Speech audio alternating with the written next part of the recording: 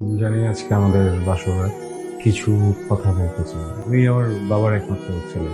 ছোটবেলা থেকেই আমি ওনাকে সম্মান করি, উনি আমাকে স্নেহ করেন। ইচ্ছা না থাকা সত্ত্বেও আমি শুধুমাত্র বাবার চাওয়াতে আপনাকে বিয়ে করেছি, কিন্তু আমি আপনাকে কখনোই স্ত্রীর মর্যাদা দিতে পারবো না। তুমি আমার কল ধরনি কেন? অফিসের কাজে ব্যস্ত ছিলাম।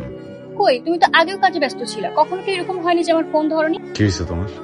আমি অলওয়েজই অফিসের কাজে ব্যস্ত থাকলে তোমার ফোনটা কেটে দিই। আমি অনেক কিছু খেয়াল করতে পারছি।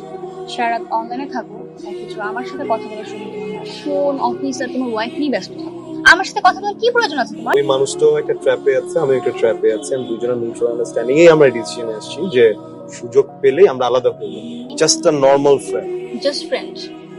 হ্যাঁ, আমি সেটাই বলছিলাম, জাস্ট ফ্রেন্ড। রাকিব, তুমি এই যে ঠিক মতো খাওয়া দাওয়া করো না, অসুস্থ হয়ে যাবো তো তুমি। ঠিকঠাক মতো খাওয়া দাওয়া করো না কেন বলো তো? আমার ভালোবাসার মানুষ আছে, অন্য কারো বউ। আমি তো বেশিক্ষণ না, ধরো সারাদিনে 3 ঘন্টার মতো আড্ডা দিই হয়তো। এত সময় তো তুমি আমাকেও দাও। এভাবে তুমি পিঙ্কিকে সময় দিতে থাকলে তুমি তো মায়ে পড়ে যাবা, আর তারপর তুমি ওকে ভালোবেসে ফেলবা। হ্যালো, তুমি কি ব্যস্ত? না, সমস্যা নেই, বলো। বাবার ওষুধ সব শেষ হয়ে গেছে, এরার সময় ওষুধ নিয়ে এসে মনে করে গেছে।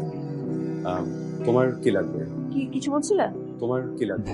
না না, আমার জন্য কিছু লাগবে না, তুমি বাড়ি ফিরলেই হবে।